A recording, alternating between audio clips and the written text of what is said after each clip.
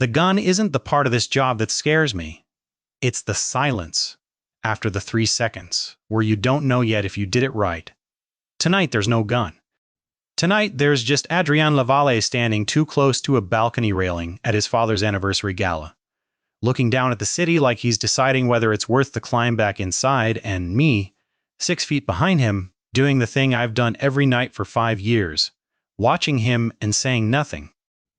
"You're doing the face," he says without turning around. "What face?" "The one where you're about to ask if I'm all right and decide against it." He finally looks at me, and the look does what it always does, which is land somewhere under my ribs and stay there. "Ask anyway. Are you all right?" "No." He says it lightly, like a joke, except his hands are gripping the railing the way they do when something's actually wrong, white at the knuckles.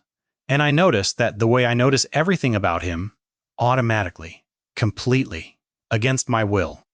Henri's inside with a contract. My father wants it signed by Friday. Friday. 4 days from tonight. What kind of contract?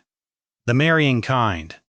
He laughs, short and humorless, and the sound of it does something to me I don't have a name for, not one I'm allowed to use. Cosette Beaumont. Her father's fleet, my father's ports. It's very romantic. I don't say anything because there's nothing in my job description that covers this.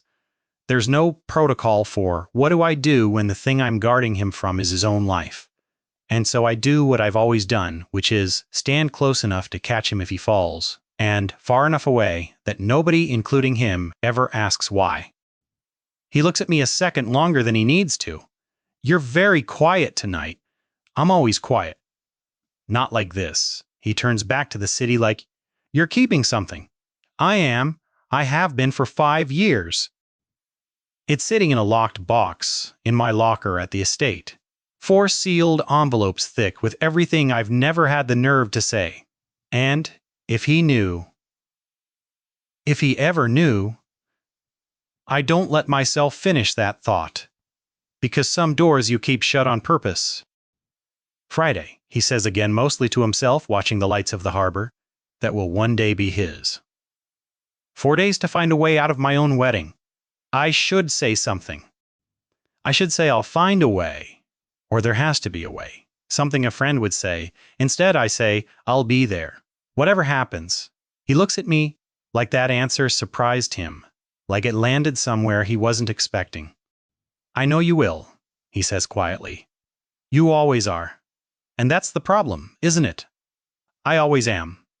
I've spent 5 years being the one person who's always there, and never once being the reason he stays." Here's what nobody tells you about loving someone you're paid to protect. The job and the feeling use the same muscles. Watching him cross a room for danger, and watching him cross a room 'cause you can't look away, they're the same eyes, the same quickened pulse, and after a while you stop being able to tell which one you're doing. I started writing the letters in my 2nd year. Not to send, never to send. Just because the wanting had nowhere else to go, and a man can only carry a thing for so long before he has to put it down somewhere. Even if that somewhere is a page nobody will ever read. "Dear Adrien," the first one starts, written the night he got shot at outside the Antwerp shipping office, and I put my body between him and the second round without thinking about it once. I have decided I would do that again. I would do it every time. I don't know what that means about me, except that it probably means I should stop standing this close to you. I never stop standing close to him. The estate is quiet on the Tuesday morning after the gala. The kind of quiet that comes right before something breaks it. I'm running the perimeter check at 6, same as always when Marguerite finds me by the east gate with 2 cups of coffee and the particular look she gets when she's about to say something I won't want to hear. "You didn't sleep," she says, handing me one. "I never sleep before a security review." "That's not why." She leans against the gate, watching me with the patience of someone who has had 5 years to study a thing and has finally decided to say it out loud. "Étienne, how long have you been in love with my brother?" "The coffee is too hot." I drink it anyway because it gives me something to do with my mouth. Besides answer, that obvious to everyone except him. She says it without cruelty, which somehow makes it worse. He thinks the way you look at him is just diligence, thoroughness, the Étienne Roussel work ethic. She shakes her head. He's marrying Cosette Beaumont in 4 days, and he has no idea the person standing closest to him is the person who'd actually choose him. It's not my place to. It's exactly your place. You've made it your place for 5 years. He just never said the rest of the sentence. She softens just slightly. I'm not telling you to do anything. I'm telling you the clock you think you have isn't as long as you think. I watch the sun finish coming up over the east wall and don't answer her, because some answers you're not ready to hear yourself say. Cosette Beaumont arrives Wednesday afternoon in a car too long for the driveway, and a smile too careful for someone about to be happily married. And I clock both of those things before she's even fully out of the door, because that's the job. Read every detail, trust none of them blindly, except this time the details aren't telling me about a threat. They're telling me about a woman who looks exactly as trapped as the man I'm guarding. "You're the bodyguard," she says, when Adrien steps away to take a call from his father. It isn't a question. The one who's been with him 5 years. Yes, she studies me with an attention that makes my collar feel tight. He talks about you, you know. Not like that, just... She waves a hand, searching. Like your furniture he'd noticed missing. Does that make sense? It makes too much sense. It's possibly the most accurate thing anyone's ever said about my entire career. "I don't think either of us wants this wedding," she says, quieter now, glancing toward the house. "My father wants my marriage. Yours wants. Whatever it is your father wants from him, I'd guess it isn't this either. My father's not in it. Adrien's is." She looks at me with something that's almost kindness, almost an apology for a thing she hasn't done yet. Henri's already drawing up the press release. Friday morning before the signing. So the board sees a unified family before they seize the contract. She hesitates. "I'm not your enemy, Monsieur Roussel.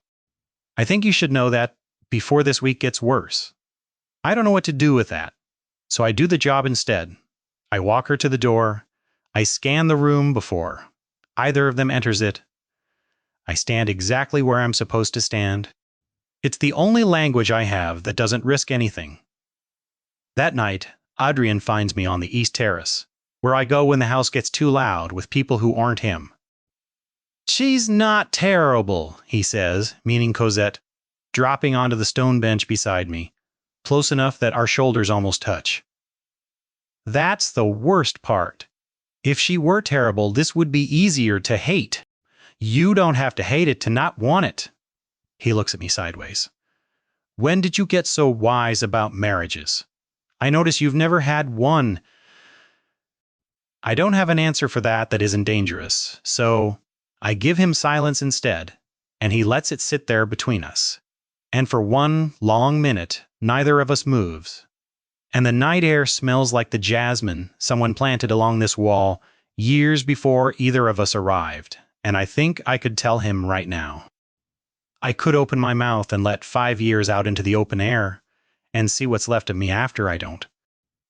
The moment closes the way it always does, quietly, without ceremony, and he says good night, and I watch him walk back into the house that will swallow him whole on Friday if nobody stops it. Henri Castellan has the kind of smile that's never once reached his eyes, and Thursday morning he uses it on me like a tool, standing in the security office with a folder under his arm and a patience that feels rehearsed.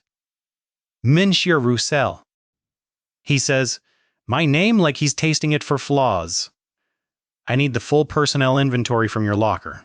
Standard sweep, given the security scare last month. Nothing personal." It is, of course, entirely personal. 2 weeks ago, someone tried to photograph Adrien through a hedge with a long lens, and the sweep that followed has been working its way through every room and locker on the estate ever since. And I have known, somewhere in the back of my mind, in the part of me that plans for every outcome because that's the job, that mine would be next. "Of course," I say, and my voice comes out steadier than I feel. And I walk him to my locker and I open it myself, because if it's going to happen, I'd rather be the one who does it. The box is at the back. behind a spare uniform. Plain, unmarked, 4 years of Dear Adrien folded inside it. Henri's eyes catch on it for exactly 1 second too long. Personal effects, I say. Letters to my mother. She doesn't read well anymore. I write them, so she has something to hold. It's a clean lie. Built fast, the kind you only get good at if you've spent years protecting things that matter more than the truth. He doesn't open it. He notes it on his clipboard, says something about the inventory being complete by end of day, and leaves. And I stand there with my heart going too fast for a threat that's already passed, because I know, the way you know weather is changing before it arrives, that I just bought myself days, not safety. That afternoon, I find Adrien in the study with the marriage contract spread across the desk like something already signed, even though it isn't. Not yet, and he doesn't look up when I come in. "Did you know," he says, "that there's a clause in here about who gets the harbor house if we divorce within 5 years? If, as if my father's already planning for the version of this where we're miserable enough to need an exit." He finally looks at me, and there's something raw in his face I've only seen a handful of times in 5 years. The gala balcony, the night in Antwerp. Now, I keep thinking, there has to be a different version of my life somewhere. One I actually chose. There might be isn't a plan, Étienne. He says my first name the way he only does when he's tired enough to forget the distance we keep on purpose, and it goes through me like it always does, complete and unbidden. Friday's in 2 days. Henry's already drafted the announcement. My father's flying in for the signing. There's no version of this where I just say no and everyone agrees and it's fine. I want to say there is. If I'm standing next to you when you say it, I want to say 100 things I've only ever said on paper. To him, for him, never near him. What I say is, then we find the version that isn't fine and we make it work anyway.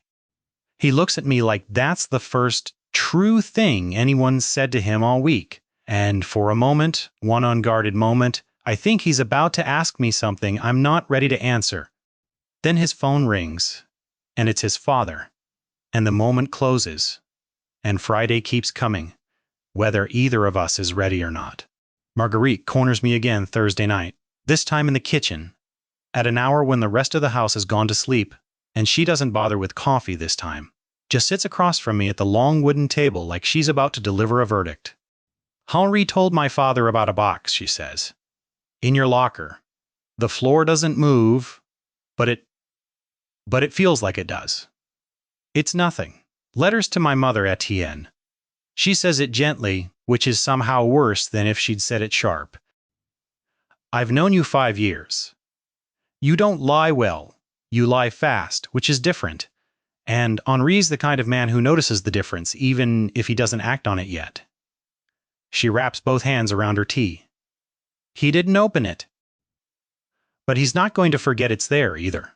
Men like Henry keep things in reserve for later, for leverage, if leverage is needed. Why would he need leverage against me? I'm not the one signing anything. You're the one standing closest to my brother when he's deciding whether to sign it." Her eyes are kind but unflinching. "If Henry ever needs a reason to get you reassigned before Friday to clear the room of anyone who might give Adrien a reason to hesitate, that box is a reason. I sit with that. The coffee from Tuesday morning. The kindness from a woman who spent 5 years watching me hide in plain sight. The box in my locker that I should have burned years ago and never could quite make myself do it. What's actually in it, she asks, if it's not letters to your mother? I don't answer for a long moment, and the silence sits between us, thick enough to touch. Until finally I say, the only honest thing I've said inside this house in 5 years, everything I never let myself say to him. She doesn't look surprised. She looks like she's been waiting 5 years for someone to finally say it out loud. Then maybe it's time it stopped living in a locker. He's getting married in a day and a half. He's getting trapped in a day and a half, she corrects, standing, leaving her tea half finished. Those aren't the same thing yet. You still have time to make sure they never become the same thing. But, Étienne, you have to actually use it. Standing close isn't the same as showing up. She leaves me alone in the kitchen with that, and I sit there until the light outside changes from black to gray, turning the words over. Standing close isn't the same as showing up. And somewhere underneath the fear, there's something else now too. Small and stubborn and refusing to go out. The beginning of a decision. Friday morning arrives the way executions. Probably due too bright. Two ordinary birds in the garden, like nothing's wrong. The press release goes out at 9. I see it on Henri's tablet over his shoulder before he can angle it away. The Lavalle and Beaumont families are pleased to announce. Clean, bloodless. The kind of sentence built to survive a board meeting. The signing scheduled for noon. Photographers at 1. A dinner at 8.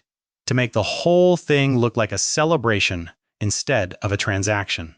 I find Adrien in his room at 10, already in the suit they've chosen for him, standing in front of the mirror like a man checking the fit of someone else's life. You look like you're going to a funeral, I say, because someone has to say the true thing in this house today, and it might as well be me. Maybe I am. He meets my eyes in the mirror instead of turning around, which feels significant in a way I can't name. Marguerite says you've been different this week, quieter even for you. I'm always. Don't, he says, almost gently. Don't say you're always quiet. Not today. I don't have room for the version of this conversation where we both pretend. He finally turns to face me, and his hands are doing the thing they do, fidgeting with a cufflink that doesn't need fixing. Tell me something true, Étienne. Anything. I'm about to sign away the next 10 years of my life, and I would like one true thing before I do it. This is it. This is the door I've kept shut for 5 years, standing wide open in front of me with 2 hours left before noon, and every instinct I've built across 5 years of this job, assess, protect, hold position, is screaming at me that this is the most dangerous thing I will ever do, more dangerous than Antwerp, more dangerous than any gun. I think, I say slowly, you deserve a life you actually chose. That's true. I've thought it since the gala. It's not everything. It's not even close to everything. But it's more than I've ever given him. And I watch it land on his face. Something shifting there, some old certainty cracking. Just slightly at the edges. And for one unbearable second, I think he's going to ask me the question underneath the question. Then, Henri knocks, says it's time, and the door I open closes again, half finished, and Adrien squares his shoulders in the mirror and becomes, in front of me, the version of himself the world is about to take. The signing room is too cold, the air conditioning turned up for the cameras that will arrive in an hour, and I stand at my post by the door the way I always do, watching Adrien sit at the head of a long table across from a contract that wants to decide the rest of his life by lunchtime. Cosette sits across from him, and her hands are folded too carefully, and I notice. Because noticing is the job, that she hasn't picked up the pen yet either. Henri stands at the side with the folder that started this whole week, and his father's voice comes through a video call, propped on a stand at the table's end, thin and impatient, pushing the same line he's apparently pushed for months. The board needs to see this done. The board needs stability. His mother would have wanted this for the company. Adrien's hand hovers over the pen. This is the moment I should look away, the moment a good bodyguard gives his principal privacy for the worst day of his life. Instead, I watch him, because I can't help it, because 5 years of watching this man has never once felt optional, and I see the exact second something in him decides. I need a minute, Adrien says, standing so suddenly his chair scrapes the floor. Alone, just a minute. His father's voice crackles through the speaker, sharp, but Adrien's already walking, already crossing the room toward the door I'm standing at. And when he reaches me, he doesn't stop, doesn't explain, just says, low enough that only I can hear it, walk with me. We end up on the same east terrace, the jasmine wall, the bench where I almost told him everything 2 nights ago, and he stands at the railing with his back to the house, and his shoulders shaking, just slightly. Not crying, just holding something too large to hold still. I can't do it, he says. I had the pen in my hand, and I thought, this is the rest of my life starting right now, and I don't even know what I want it to look like. And that terrified me more than anything ever has. He turns to face me. What do you want, Étienne? Not for me. For yourself. I realized this morning I've never once asked you that in 5 years. I opened my mouth to answer, and for the first time in this entire story, I genuinely don't know what's going to come out of it. Whether I'll give him another careful half-truth, or whether 5 years finally breaks open right here, on this terrace with the wedding waiting 20 feet away. I start, and then Marguerite appears in the doorway behind us, breathless, holding something in her hand that makes my stomach drop before she even says a word. It's the box, my box, from my locker. Henri opened it, she says. Time does something strange in moments like this. It doesn't slow down exactly, it just stops pretending to move in order, so that I'm aware of everything at once. The jasmine smell, the cold metal box in Marguerite's hands, Adrien's face turning from me to her and back, the sound of his father's voice still faintly audible from the signing room behind us, asking where everyone's gone. He read them in front of your father, Marguerite says, and I can hear how much she hates saying it, how fast she ran to get here first. Not all of them. 2, he said.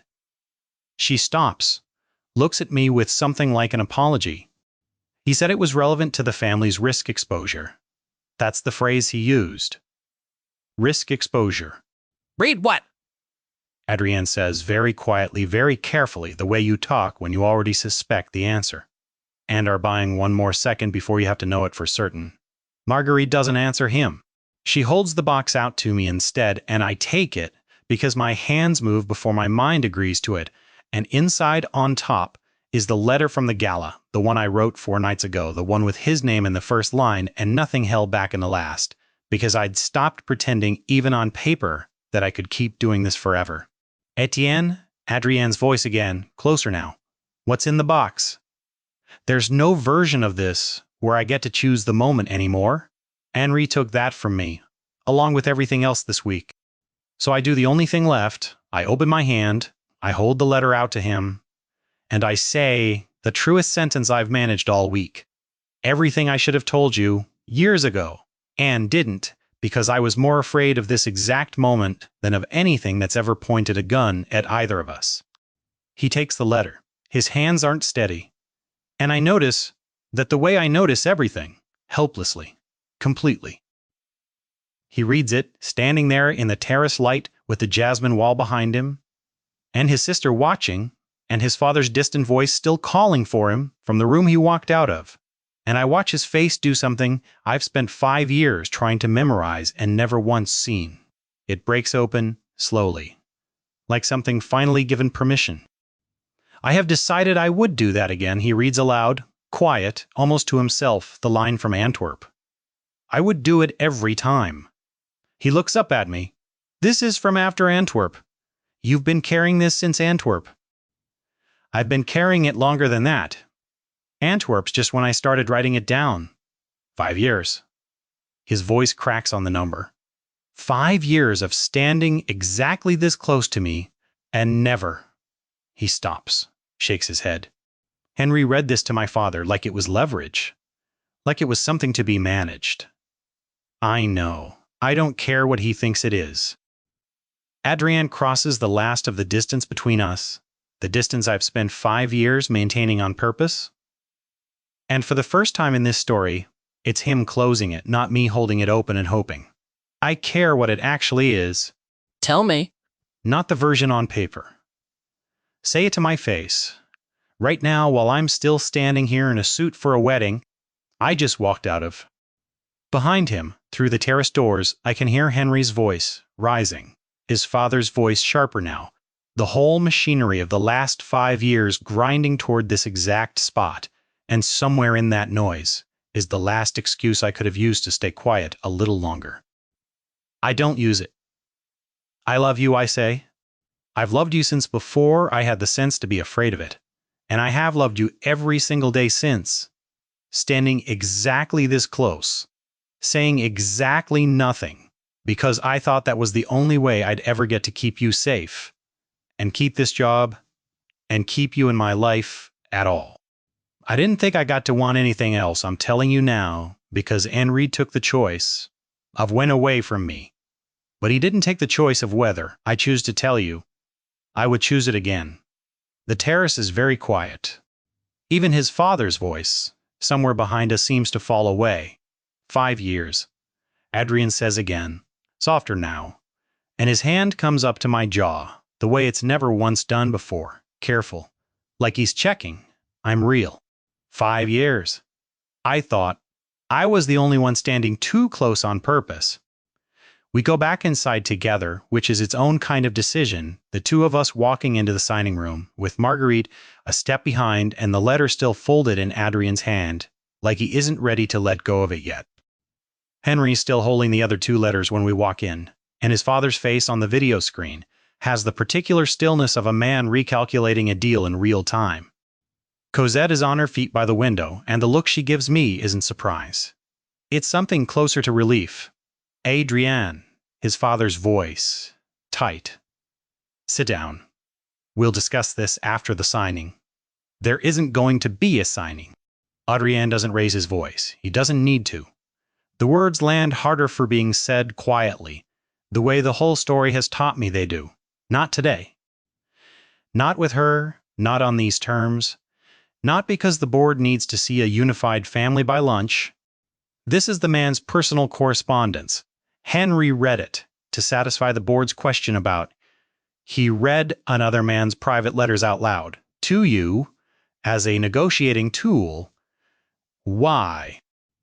Adrien's hand finds mine without looking down, to check it's there, and the warmth of it goes through me. Like the first honest thing my body's felt all week. I don't care what question it was meant to answer. I care that it happened at all. Henri, you're done managing my life, effective now. Henri's mouth opens, the practiced smile already assembling itself, and then it doesn't quite arrive. For one unguarded second, something flickers across his face that might be regret, or might just be the calculation of a man realizing he overplayed a hand. I'll never fully know which, and somehow that uncertainty feels truer than a clean villain would have. I was protecting the family's position, he says. Quieter than I've ever heard him. That's all this was ever supposed to be. Then you protected it badly, Marguerite says, because the family's position was never going to survive you reading a man's heart out loud like a liability report. Cosette steps forward then, and when she speaks, it's to Adrien, gently. I told your bodyguard 3 days ago that I didn't want this either. I think I knew before either of you said it out loud. She glances at me, something like gratitude in it. For what it's worth, I'm glad it's you. I think he's been glad for a while. His father's voice comes through the speaker again, smaller now, the threat gone out of it. Adrien, the board. The board can meet me Monday. Adrien says, I'll explain it myself. Today, I have somewhere else to be. The gala balcony looks different in daylight, smaller. Somehow, the way places from your worst nights always do when you come back to them in the sun. We end up there anyway, 3 hours after the signing room, after Henri's quiet exit and Cosette's quieter kindness, and his father's voice finally going silent on a call nobody answered again. Adrien's still holding the letter. He's been holding it the entire afternoon like something he isn't ready to put down. And when we reach the railing, the same railing he gripped white-knuckled 6 days ago, asking me to ask if he was all right, he finally sets it on the stone between us. I want to read you something, he says, from this one. The Antwerp one. He doesn't pick it back up. He's apparently memorized the line already in 3 hours, the way I memorized every line of him across 5 years. I have decided I would do that again. He looks at me. Would you? Even now, knowing how this week went, every time I say, I told you. That part wasn't ever going to change. Good. He reaches over and his fingers find the collar of my jacket, the same spot I realize where he straightened it. Without thinking the night of the gala, the first time he ever touched me like I belonged to him in some small, ordinary way, and neither of us said anything about it.